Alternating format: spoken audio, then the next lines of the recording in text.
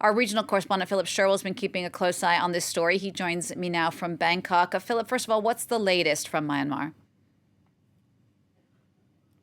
Well, the military is clearly firmly in control. They've been on the streets of the major cities. As you mentioned, Aung San Suu Kyi is under house arrest. They have declared that they're going to remain in power for at least a year. This is the military that had ruled the country for nearly 50 years until quite recently.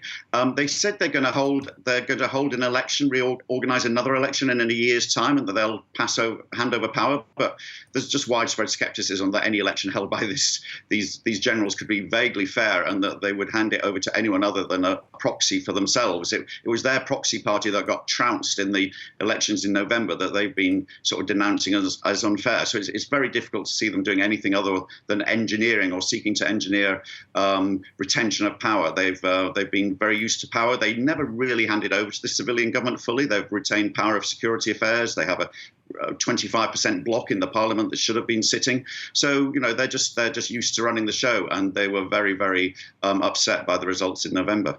Philip, talk us through the timing here. Why is all of this happening right now?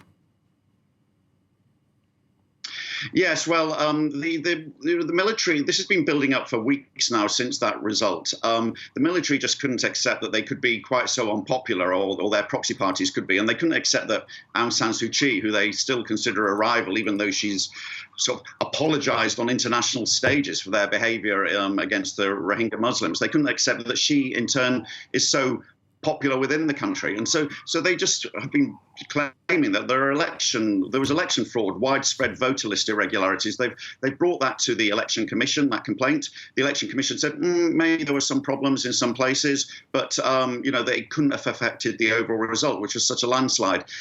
So this was all building up, and with the new parliament due to sit today, the military just stepped in and said, enough is enough. We're not letting this happen. They've been calling on the NLD to postpone the sitting of Parliament, and the NLD had been insistent that we're going ahead, we won the election, Parliament will sit. So it came to this crisis, and the army moved in overnight last night and arrested the whole top leadership.